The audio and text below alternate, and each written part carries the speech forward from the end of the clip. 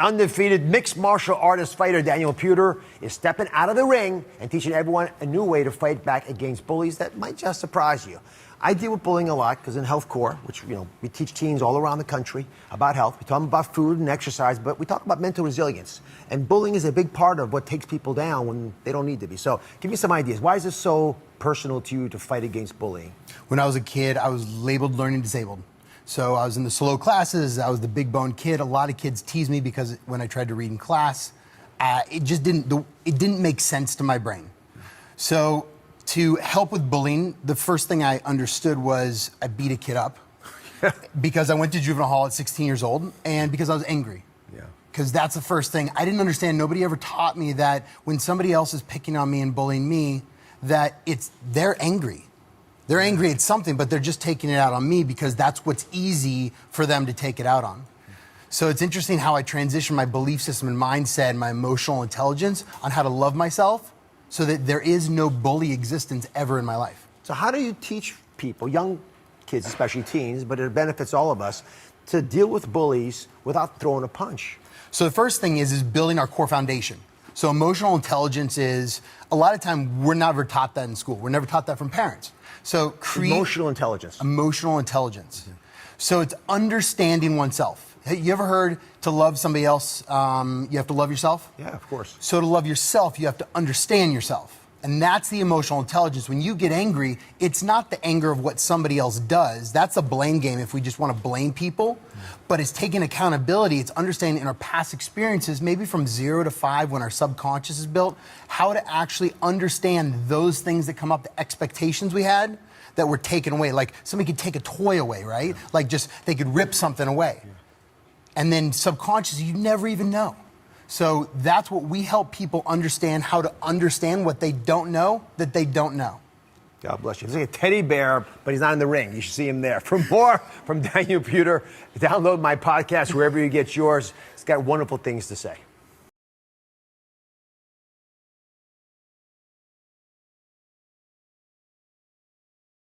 It's just another example of to know that there is help out there, and our next guest has made it his mission to spread that message. We're so happy to be joined now by the founder of the nonprofit My Life, My Power, Daniel Puder. Welcome, Daniel. Thank you very much for having me today. Thank you for being here. You have such a great cause. You founded My Life, My Power in 2010.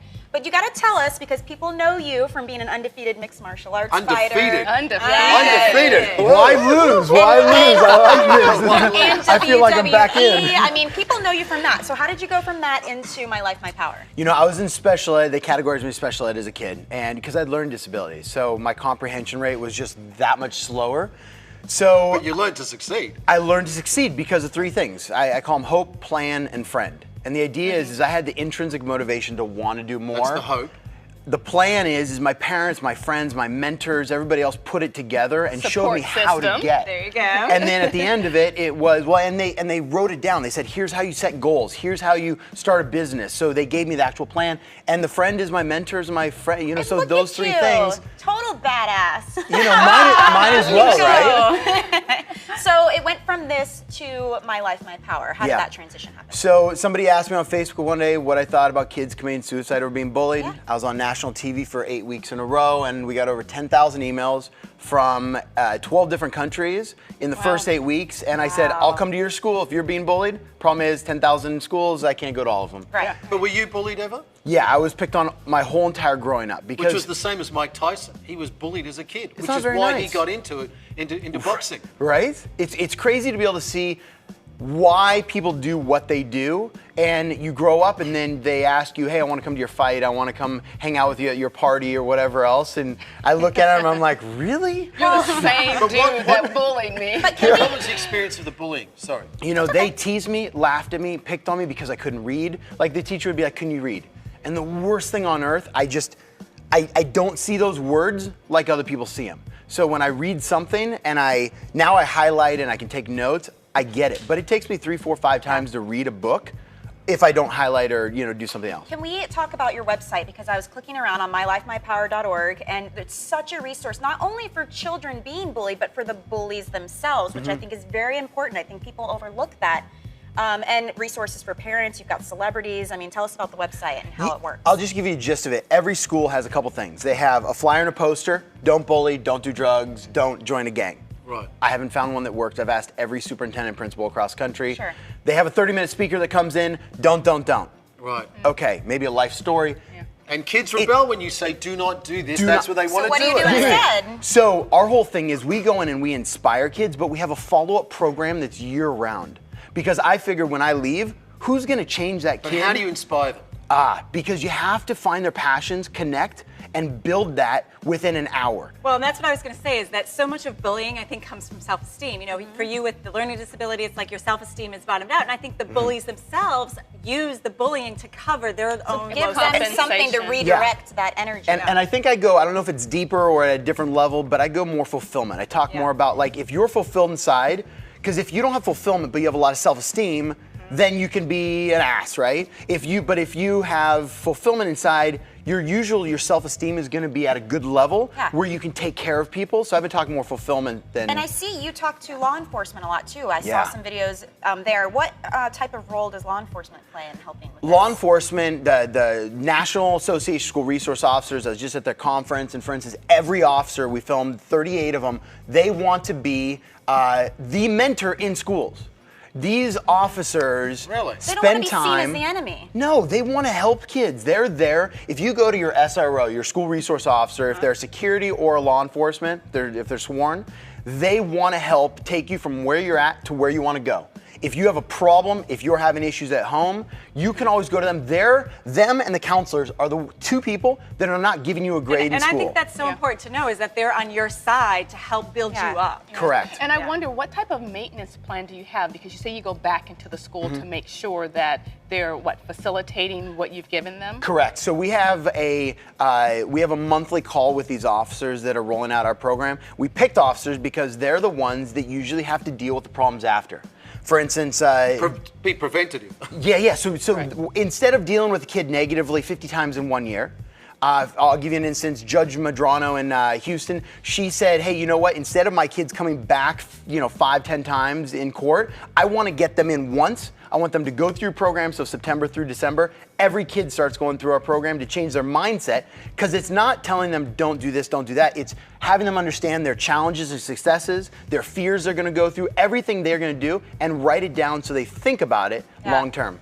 He's Now, got a here's the book, you book. guys. It's a great resource. My life, my power. So is Yeah. that about the whole message is take charge of your own life, and that's where your power comes from? Correct. You have Did the you power ever to do what you believe want. that a kid with a learning disability would have a book? Not even a book. I'm an undefeated fighter. I did WWE. Just everything. But it was because the Hope Plan and Friend, and I really put that structure Fantastic. together. Well, Fantastic. Daniel Pewter, we are so happy you came and joined us and shared the information. Thank Go you to very much. I appreciate it, bro. mylifemypower.org. Even if it's not for you, maybe someone you know, you can pass it along and help them out. Thank you so much for joining us. You guys are awesome. Thank you. We appreciate it.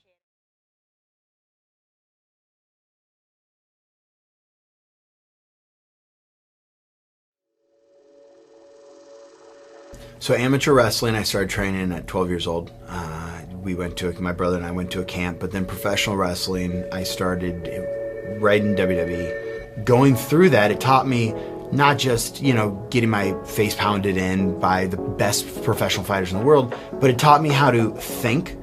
Because when you're under pressure, you either A, are gonna snap and you're gonna yell at other people, you're gonna sit there and think about what's going on in their head, what's happening, and how do I go through this challenge? How do I go around it, above it, below it, and get the end result and have a win-win for both sides?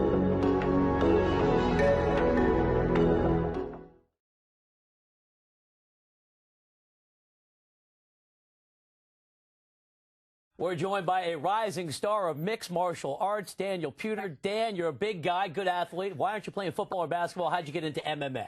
Got into MMA. I'm not playing those sports, basketball, because I'm only 6'3". That's tall enough. Get up to the rim. I guess so. Didn't you know that white guys can't jump? I've heard that. Yeah. So how'd you get into MMA? Well, I got into MMA. I was 16 years old. I got into a street fight. After that, went to juvie, got suspended, did all that mess, learned my lesson, said I never wanted to spend time, in jail. On the wrong That's side no of bars fun. again. Yeah. You're in a different. Yeah, I'm we'll in get a to different that. cage now. But that was life altering. Yeah, it definitely, taught me don't fight on the street. And so now I'm sponsored by the San Jose Police Officers Association. And Javier Mendez, Bob Cook, Frank Shamrock, they took me under their wing when I was 16. And we started training, and they beat me up. And, they still beat me up. And it's fun stuff, and I've learned a lot. And you wound up in pro wrestling. You won the WWE's Tough Enough reality show. How did that change your life? $1 Million Tough Enough reality show. It was good. Did you really get $1 million bucks? Well, okay, $1 million contract. Is that wrestling $1 million? Yeah, wrestling $1 million. But it was a college for 4-year deal, guaranteed 1 year. So we got the first year out of the way, and I said I'll go back to fighting. I enjoy it.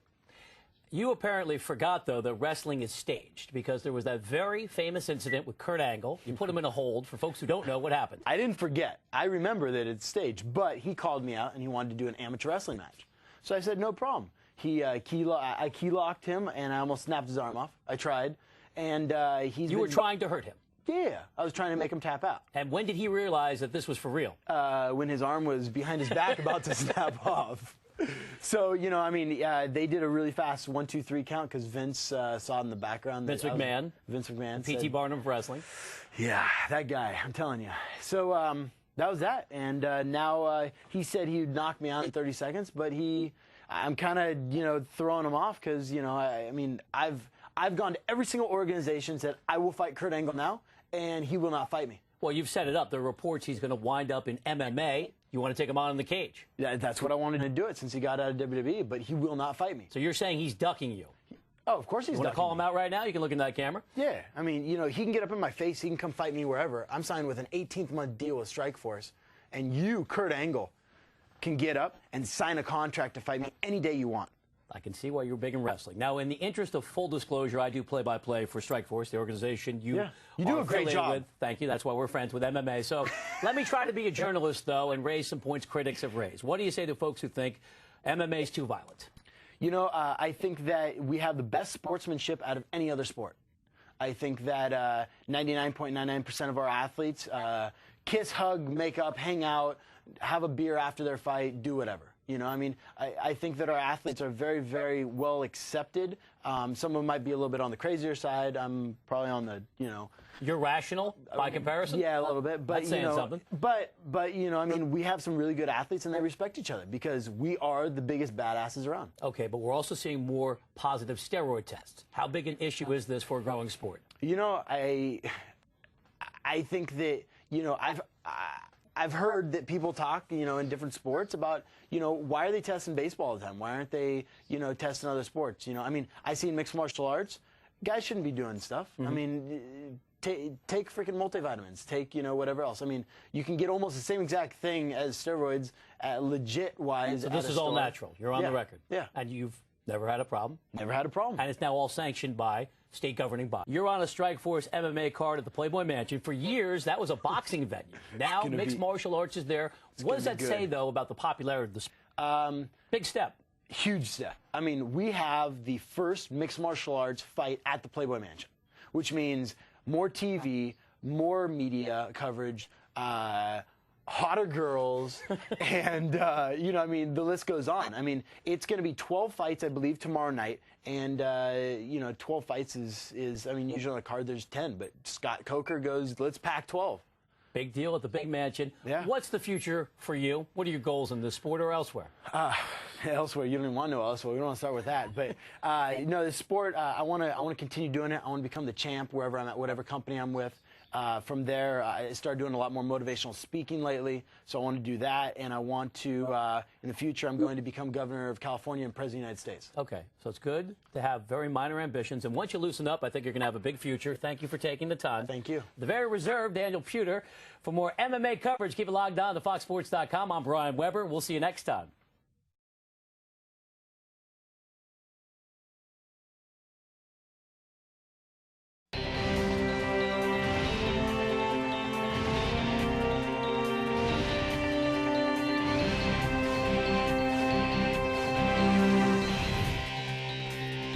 According to Consumer Reports, 1 million children were harassed, threatened, or subjected to other forms of cyberbullying during the past year. 1 million. Hello, everyone, and welcome to Comcast Newsmakers. I'm Robert Trainum, and I'm joined by Daniel Puder, founder of My Life, My Power, an anti-bullying and youth development organization. Daniel, welcome to the program. Thanks for having me today. That's a pretty high number. 1 million individuals were cyberbullied last year. I honestly think there's more. You know, Yeah. maybe there's not as much reports. Sure. But it's crazy to be able to see how kids are treating each other online now. Why do you think that's the case? Do you believe it's because it's easy to do? Do you believe that it's because perhaps a lot of people can hide behind their quote-unquote handle or identity, so it's not real in many ways? When you really break it down, I think it comes down to fulfillment, purpose, and self-esteem. Really? Kids have less purpose in life. They're not being driven to work hard as much. They take more for granted. They have less self-esteem. You know, they're trying to buy the new clothes, the new this, to be the cool person. But that's not really what makes you cool or feel good. It's having like great relationships with friends and family. And fulfillment, you know, they need to be more fulfilled. They need to figure out what they love to do in life, what they're good at, and be driven towards that. It sounds like this may be a societal problem. It sounds like perhaps maybe when you take a look at the social fabric of this country and who we are as a people, are we ourselves to blame for this? I believe that with parent involvement, there's a lot more of it K through 6th grade, but it starts tapering off, you know, when the kid gets older. Why is that? This is because the kid gets older and a miniature adult, and perhaps maybe the parent says, you know what, you're a young adult now, you can take care of yourself? I think that's part of it. I think the kids are like, give me my space, give me my space. And, you know, I hang out with a group of guys throughout the U.S. that are anywhere from 60 to 80 years old. And these guys, 90% of the guys I hang out with are over 60. And the reason I do that is because I want to have the best mentors in my life. And they teach me more. They've lived 3 times as long as me. Benefit of wisdom. It's great. It's a really great thing. So there's wisdom and there's knowledge, right? Sure. So I get wisdom from them, and then I get also knowledge too, because they're teaching me about their own life and what they did in business or what they did. So it's been great. You know, Daniel, for the parent or the caregiver at home that's watching this program, they're probably saying, I'm doing everything I think I'm supposed to do. I'm monitoring my kids' social media accounts. I'm one of their friends on social media, so I monitor things, but I simply cannot do everything. What tools, what advice would you give parents that perhaps are watching the program right now? So just to let them know, they can go to mylifemypower.org, and we have a bunch of tools on there. Oh, good. Number 2, they can change their approach a little bit. What we've been doing is we've been taking kids, and instead of telling them what they have to do, we ask them what they want, for instance, in a mentor, or what they want in a job, and then saying, hey, you want to be this? Now let's look at your online profiles. Let's look at your resume. There's probably 1% of kids in high schools or junior highs that have a resume. So they don't even understand how to get a resume to get a job. So how would they even understand how to treat people? Shake hands, say please and thank you, open doors. If we're not even teach them how to do the basics. So what we're doing is we're partnering with different school districts, and we're actually going in and we work with the trainers and the teachers and the counselors and everybody to be able to take a little bit different approach, and the kids are responding great because they give us and they set their own rules. Sure. It sounds like you're giving them life skills and perhaps maybe being that second or third parent. We're giving them life skills, but we're also partnering them with their parents. We're giving the parents more fulfillment and purpose. We just launched our phone calls that we have celebrities calling parents, because I'm finding that the only phone call they get right now is your son or daughter hasn't come to school, or we need a conference because they're not doing well in school. So I said, you know, let's come up with something. And so our director, Brittany Lozano, and the superintendent of LA Unified said, let's take your celebrities, send positive phone messages to parents, and we have more parents showing up now. All right. Well, Daniel, thank you very much for joining us. Really appreciate it. Thank you so much. And keep up the good work. Have a great day, brother. You do the same. Thank you. And of course, thank you for joining us for this edition of Comcast Newsmakers. I'm Robert Trainum. Have a great day, everybody. We'll see you next time. Bye-bye.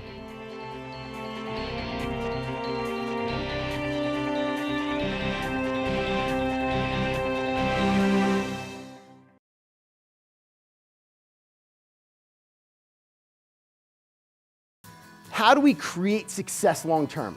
And I looked at it, and it's 3 things. It's consistency, it's time, and it's wisdom. Number 1, our program teaches your officers on how to be that perfect mentor, how to relate, how to connect, how to build relationships with kids so that we can change their mindset. Number 2, then it's peer mentorship. And so now we're taking those kids, because we don't want you to just go in a room of 25 kids and mentor them every single year. We need to grow this pattern. We need to make that change and make sustainable long-term change. Let's go figure out the root core issues of why people do what they do. He goes, yeah, they were beating people up, and now they got caught on video. They ran in and they pulled 2 people apart. And it's thanks to you. I go, no, it's not thanks to me. It's thanks to you making a difference and mentoring these kids, changing their fulfillment in their life, because now they're fulfilled by helping others and serving others instead of hurting others. We're creating a system so that we can actually mentor these kids and change these kids' minds and hearts.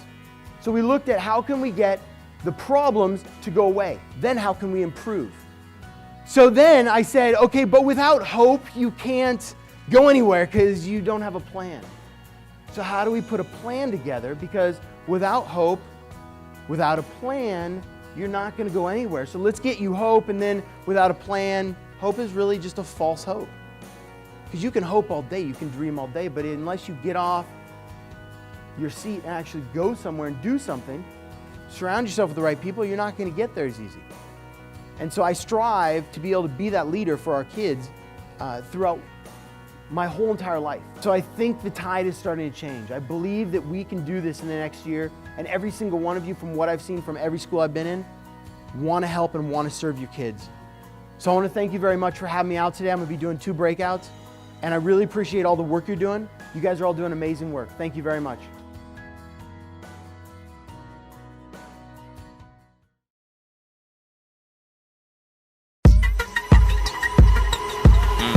MSNBC and TMZ.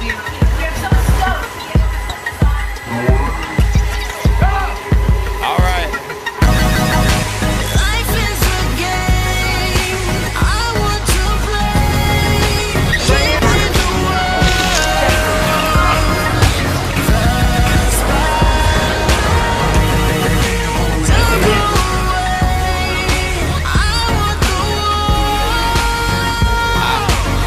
I want it all. The good with the bad and the worst with the better. If it hurts, it's whatever.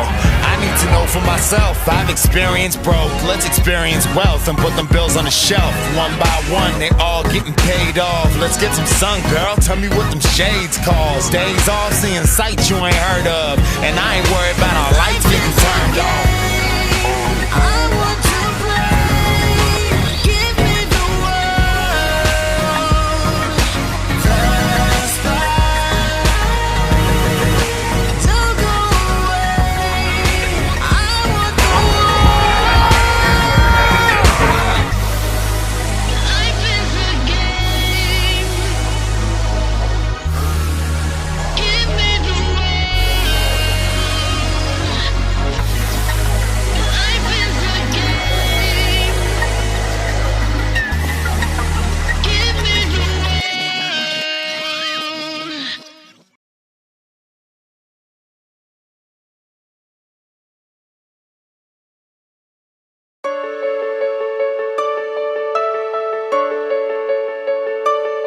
Don't wanna wake up today or paint a smile on my face until I see you again.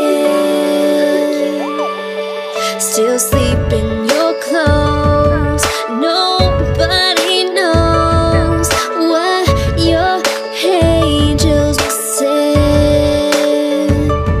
Everything is spinning, everything is crashing down, everything is broken, and all this silence is loud. Tell me that I am still in a dream. Tell me that truth is not what it seems. Tell me that you will come back to me. Tell me that you'll always be with me.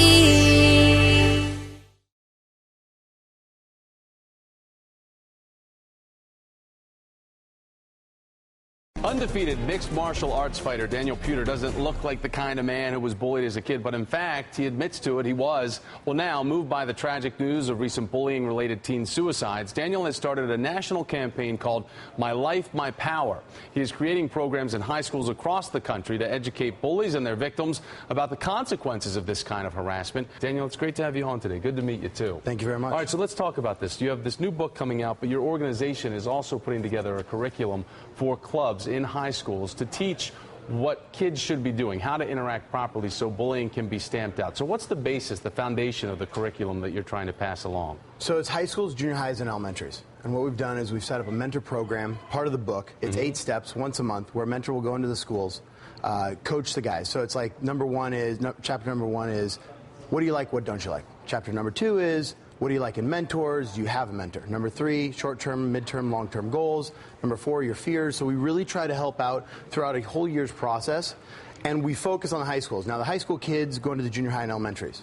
And the reason behind this is, number 1, for instance, in California, they're cutting a lot of counselors out. So we need more mentorship programs inside the schools.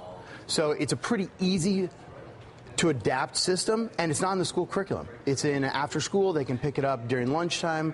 LAPD, LA County Sheriffs, I'm working with their YLs and their PALs right now. So it's really a program that can be in any after school, during school program. It's pretty easy. You admit to being bullied as a kid yourself. Now, as a grown man, you're a big dude, but you're an undefeated mixed martial arts fighter. Yeah. Obviously, you went to work in a line of work that's pretty tough. Yeah. But what turned your attention back to the issue of bullying in this country? Obviously, you'd moved on in your own life, but what caught you back into this? You know, it was about 2 weeks before I went to Japan last year. I wrestled over there, and somebody asked me on Facebook, hey, what do you think about these suicides? And I said, you know, it's absolutely ridiculous. Kids should be going to school and not having to worry about anything but doing homework and getting good grades. You know, not where they're sleeping, not what they're wearing. I've seen kids where they can't even afford clothes. They're stealing clothes from different stores. And then they're getting in trouble and getting kicked out of school. So what I really want to do is, you know, make a big difference, not just with bullying, but with suicide, with teen pregnancy, with childhood obesity. So we're going after everything, and it's more of a mentor, goal-setting, character-building program instead of, hey, this is an assembly where you're a bad kid because you're bullied. They're not a bad kid. They're just taught the wrong ways when they grow up. So they need a little more mentorship, a little more guiding. You're creating some big goals for yourself, but doing some great work for kids across this country. But you're also getting some celebrities, some other people involved with your message. So what is the ultimate foundation that you're using to get the message out there right now? Is it just snowballing along for you? Yeah, there's 3 parts. Like, for instance, I was just at the GBK's MTV Movie Gifting Suites this last weekend. There were 70 celebs. About 55, 60 of them were like, I want to do another PSA. I want to be part of the book. I want to do quotes. So number 1, the book, the program. Number 2, we have a poster system in the schools. And number 3, we have a weekly PSA or occupational outline for the kids to see either on their announcements or that they can go check out from the library. Go ahead. So yeah, it's a pretty well-rounded. So if the kids don't want to all join, then they'll see other people that they see on TV or that they see in the business world that they want to become. All right. Well, Daniel, we wish you the best of luck with this. It's a fantastic thing what you're doing. Cool. And we hope that you get a lot of great results out of this, because kids around this country, they're thirsty for this kind of thing. Thank you. Daniel, thanks, buddy.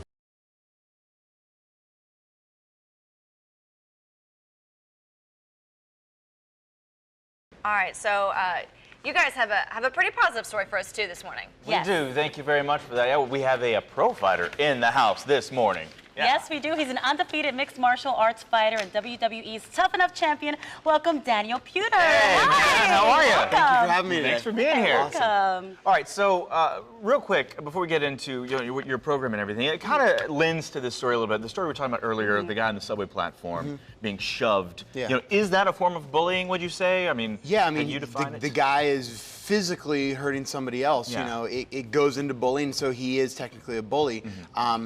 But you know, our adults need to be good role models for our kids. Yeah. Right. That's one of the biggest things, you know, from our senators, Congress, athletes, celebrities.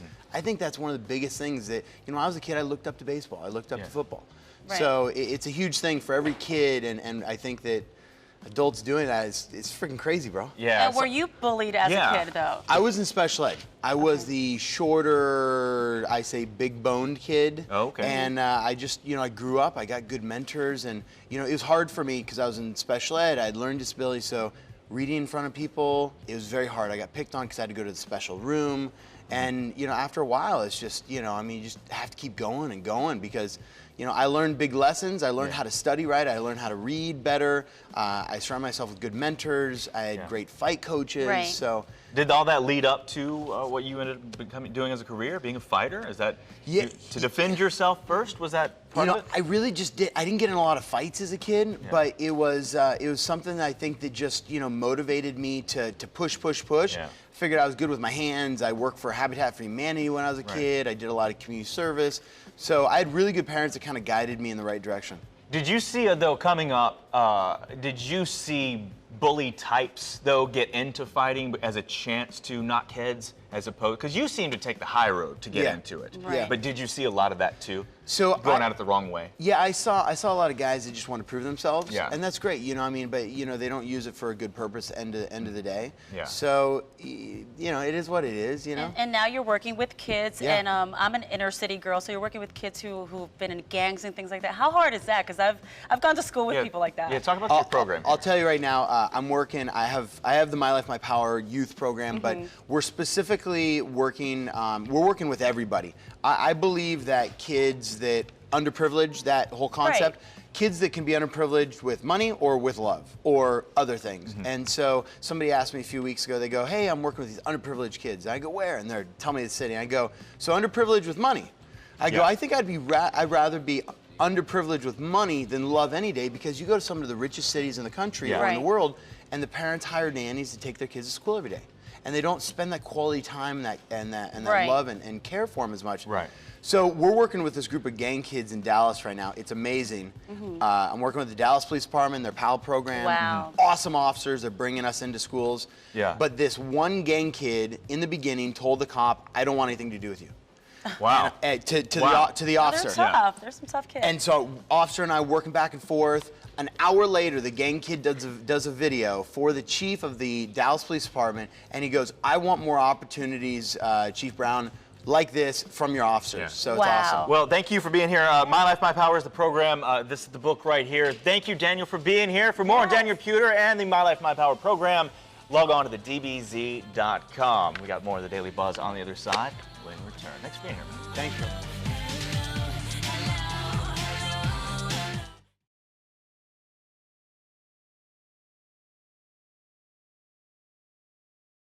My name is Ronald Smith. I'm 24 years old, and I was born and raised in Miami, Florida. I'm the third of 7 children from my mother. My father and mother were both crack addicts. My father was also an alcoholic. Early on in life, I kind of had it rough. I didn't really know which way to go. I didn't know left from right. I know how it feels to go without lights. I know what it is to go to bed at night with an empty stomach. When you have 6 brothers and sisters and 7 children, people kind of look at you different and kind of feel like you won't really amount to much. My older brother just recently got out a 9-year cumulative sentence in prison. My sister's actually in jail. My younger brother, who was 16, is currently in jail being charged with second-degree murder. All through my life, my mom was in and out of jail, but not for very long periods of time. It would be a couple months or a week or so, and I would stay with my godparents. But this time, she stabbed my sister with a knife and received 2 years in jail. So I moved in with my godparents, and that was about when I was in 3rd grade. And then from then on, from 3rd grade to 6th grade, I stayed with my godparents. When the workers used to come to my godparents' house and ask me if I wanted to see my mom or if I wanted to visit her, I would say no and cry, just because I never wanted to see my mom in a bad place. I never wanted to see her struggling like that. I just wanted better for my family and my brothers and sisters. And then I stayed with my godparents until I was in about 6th grade. Before I used to fight a lot, and they kind of didn't, they didn't really know what to do. They were good people. They just really didn't, I guess, understand my pain. So they put me in foster care. It was kind of tough because, like, my godparents had been there since I was young. Like, I used to go to my godparents' house every weekend, even when I was staying, I guess in the hood with my mom. They used to come pick me up every weekend. They paid for me to play football and things of that nature. So it was kind of rough. Like, the people that I kind of looked up to kind of gave up on me, in a sense, to me, because they kind of knew what I was going through. They kind of knew my pain and still, you know, put me in foster care. And then when I was in ninth grade, going to 10th, I believe, I know I was 15 years old. My mom, she was shot in the head in her car. And I kind of just felt lost, distraught, angry, confused. I really didn't understand the magnitude of what was going on or what was happening around me. I kind of felt like it was life. My name is Nelson Incapié. I'm the CEO of Voices for Children Foundation. Voices for Children raises funds so that every child who has been taken from their home because their lives are in danger has somebody to represent their best interest in court. Over the years, Voices for Children through the Guardian Ad Litem program has helped tens of thousands of children. One of the amazing things that Voices for Children does is help kids who have aged out of foster care through many different things. Most importantly, mentorship and support. We're partnering with My Life, My Power, and with their curriculum and their training, these kids are transforming their lives and breaking the cycle of abuse and neglect. A few years ago, the Zeman Family Foundation decided to invest in the lives of kids who were aging out of foster care. Now we're going to be looking at more private foundations and more investors to join our movement. Being a part of Voices just has altered my life more than I could ever expect. For the past 4 or 5 years, I've been working at the county attorney's office as a law clerk and going to Miami-Dade to try to receive my paralegal certificate. I actually made the top 20 for mentorship in Miami-Dade with My Life, My Power and Voices for Children. I want to give back to the youth and kids just because I know what it's like to not have anything. I know what it's like to go without, and I want to empower people and let people know that there is hope for tomorrow, and then you can achieve anything that you want to achieve if you put your mind to it. I'm truly blessed just to be in the position and receive the support I'm receiving. The God honest truth, I don't know where I would be. I don't know what my circumstances would have been. This program and these people that steered me in the right direction and allowed me to accomplish the things I'm trying to accomplish today.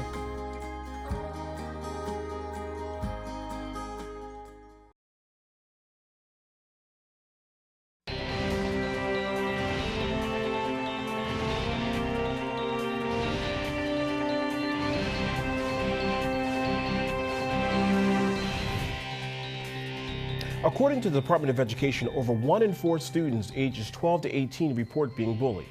1 in 4. What can be done to solve this problem?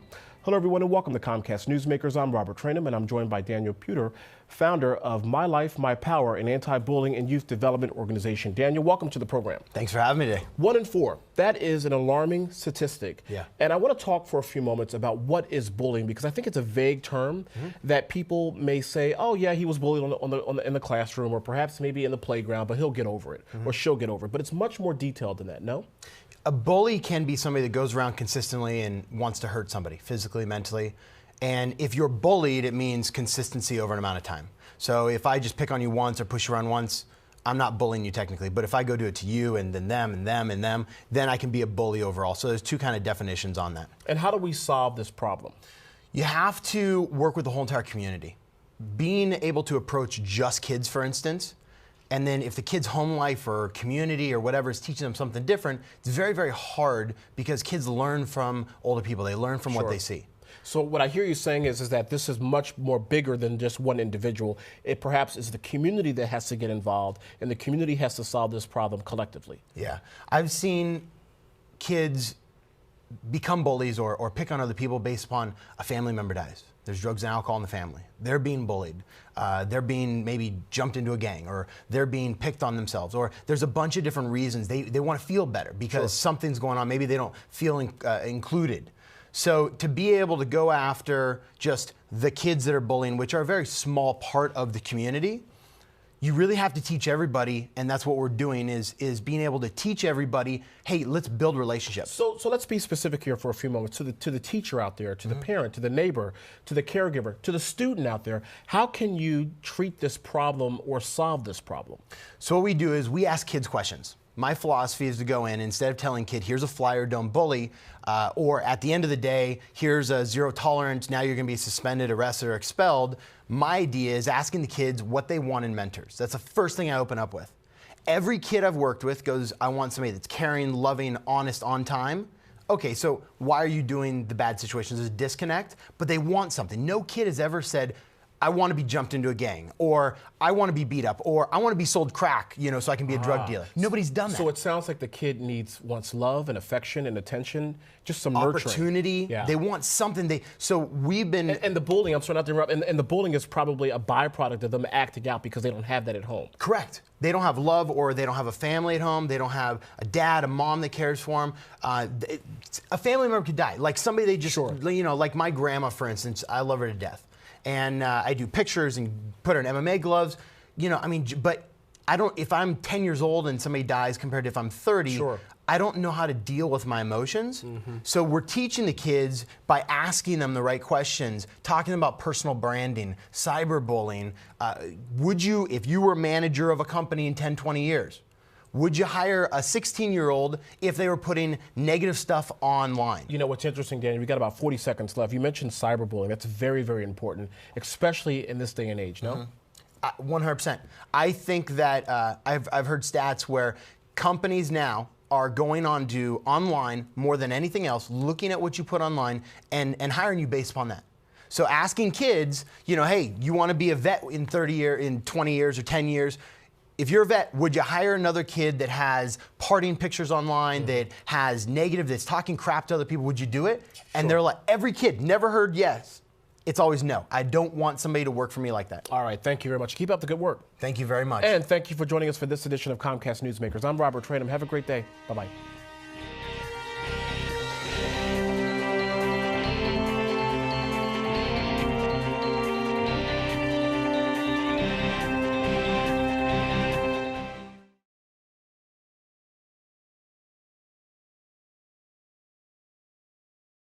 Live, the news on NBC6 South Florida starts now. Tonight, it's a question about what parents should do if they find out their child is a bully. Well, tonight we have a list of warning signs and also what you can do to help your child get back on the right path before it's too late. Here's Team 6 anchor Trina Robinson. There have been 3 vicious cases of bullying in South Florida that grabbed headlines. Josie Lou Ratley was kicked and stomped in the head after she texted another teen hurtful messages about his brother's suicide. In Deerfield Beach, in a 4-against-1 fight over a bicycle, the bullies lit Mikey Brewer on fire, burning most of his body. And recently, this Hialeah throwdown reminiscent of a real-life fight club erupted. In it, a mom named Eridales Rios punches and beats a 12-year-old girl for allegedly taunting and bullying her daughter. Dr. Melanie Kevorkian is a nationally recognized expert on bullying and monitors these and other cases, like this one in Minnesota involving a 3-year-old girl who says she's being bullied. I don't like it. That way she can teach educators how to best deal with bullies. The Nova Southeastern professor outlines the telltale signs of a bully in her book, 101 Facts About Bullying Everyone Should Know. She says those warning signs include changes in your child, mood swings, a drop in grades, talking back and lashing out. You have to really watch your child's behavior and look for aggressive behavior, rough play, worrying so much about impressing people around them, their friends. 15-year-old Devin doesn't consider himself a bully, but he admits he's gotten in trouble for something he said to someone. His conflicts are mostly with friends and start out small. We'll go back at each other for stuff that we're wearing or something. But Devin admits it escalates quickly. Mostly it gets out of hand into fights. While it's easy to pigeonhole kids who act more aggressively, keep in mind, many have goals and dreams. Devin wants to be a mechanical engineer, and like most 15-year-olds, loving attention sometimes gets him into trouble. It's just like a laughing audience, so if you get the most people to laugh, then the other person lost, basically. Among South Florida school districts, Miami-Dade has the highest number of bullying incidents, with 541 reported cases during the 2012 to 2013 school year. But the district also has more students than Broward and Monroe. If we walked out of this room right now, how many people will consider you guys a bully? But reported bullying episodes at Miami-Dade schools and all South Florida schools are declining. And it might be partly due to programs like this one, My Life, My Power. It addresses the dangers of bullying and other negative behavior. Kids are looking to belong to something. You know, if I'm not the bully, then what am I? Why do you know me? And unfortunately, that's a very negative thing that we're trying to stop. Raise your hand. Let me see it. These kids at Miami Springs Middle School meet every other day for the entire school year to talk about and correct their anger issues. I was getting into fights, fussing up my teachers. When I'm out in the streets, I was getting a lot of trouble and doing bad things. I was being a follower, not a leader. Sometimes I have to do a lot of stuff at home. You all right? Yeah. You all right? Yeah. Assistant Principal Michael Diarmas says a lot of them have serious problems at home and just needed someone to listen to and convince them to invest in their own futures. You got to see where these kids come from. You'd be angry too. They don't have they face adversity on a daily basis. Kevorkian insists parents must teach kids how to redirect that anger or aggression. Not get angry and defensive and listen when they are alerted their child might be a bully. And some of the worst things that we can do is be silent. When we're silent, we send a message to kids that it's okay. South Florida school districts take bullying extremely seriously, with all having specific plans of action schools and districts must take, including stopping the bully from bullying, protecting the child that is being bullied, and contacting law enforcement when appropriate. Trina Robinson, NBC6 South Florida.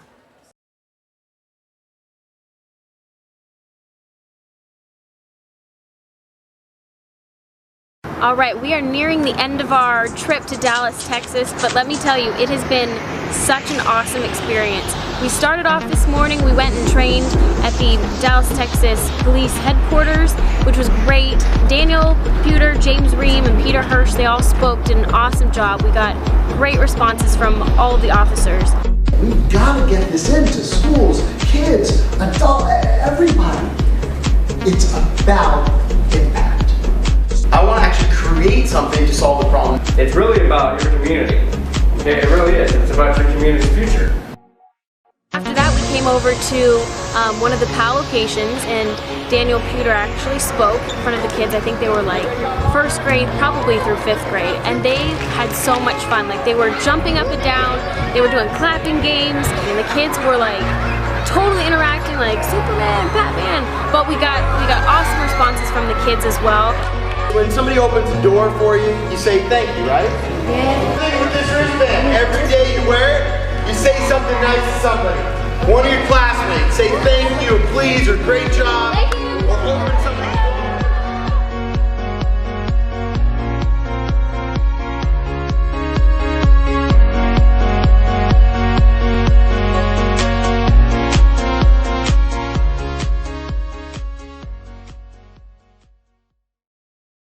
Finally, all new tonight at 5:30, bullying is a big concern for a lot of families as the new school year gets going. And at the Buffalo United Charter School, all of the students are getting empowered to prevent problems with their peers. News 4's Katie Alexander was at the school on Manhattan Avenue today and shows us the My Life, My Power program in action.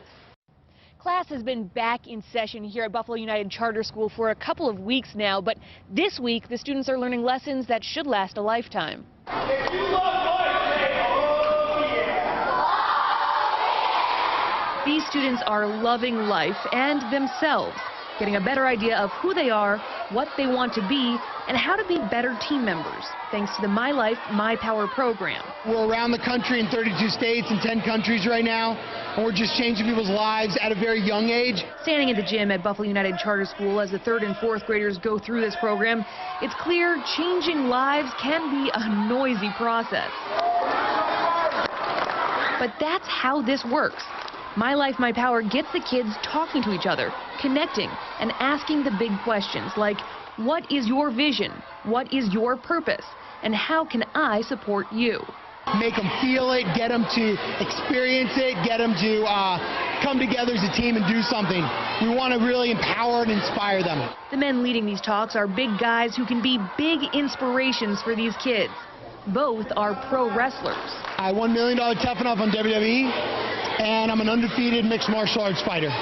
But both know firsthand how hard life can be if you're being bullied. That's why I got into professional wrestling. I grew up in special education classes, got bullied, got picked on, but the one thing I could never ignore in my entire life was that I just love connecting with people. Learning to make those connections can make a huge difference. You're going to walk up and be like, hey, my name's Daniel Pewter. I'm a pro athlete. We talk to each other to sort things out so like nobody could be bullied and nobody like could be like left out and feel left out. And school leaders say they can see the difference in the kids who have been through the program every year here. We're starting to see it take shape where kids are hearing the same message year after year, and it is improving. If you'd like to learn more about the My Life, My Power program, you can find the link on our website, WIVB.com. Just go to the Founded on 4 section. Reporting in Buffalo, Katie Alexander, News 4.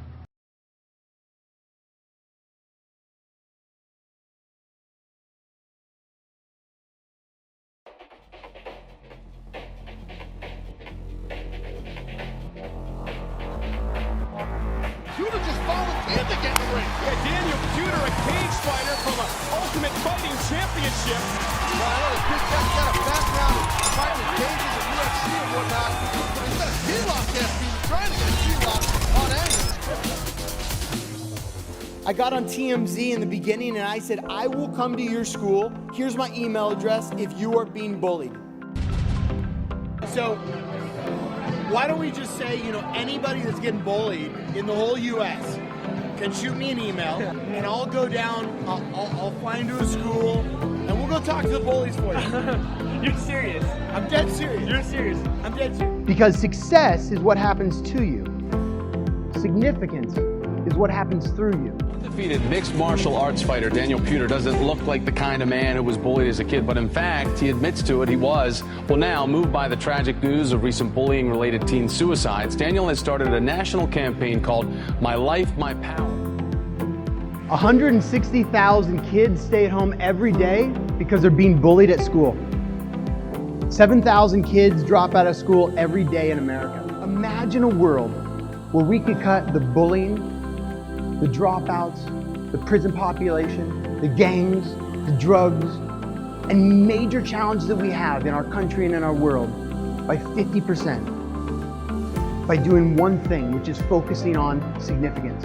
Reported bullying episodes at Miami-Dade schools and all South Florida schools are declining. And it might be partly due to programs like this one, My Life, My Power. It addresses the dangers of bullying and other negative behavior. My life, my power. So is that about the whole message is take charge of your own life and that's where your power comes from? Correct. My name is Thierry Jimberi.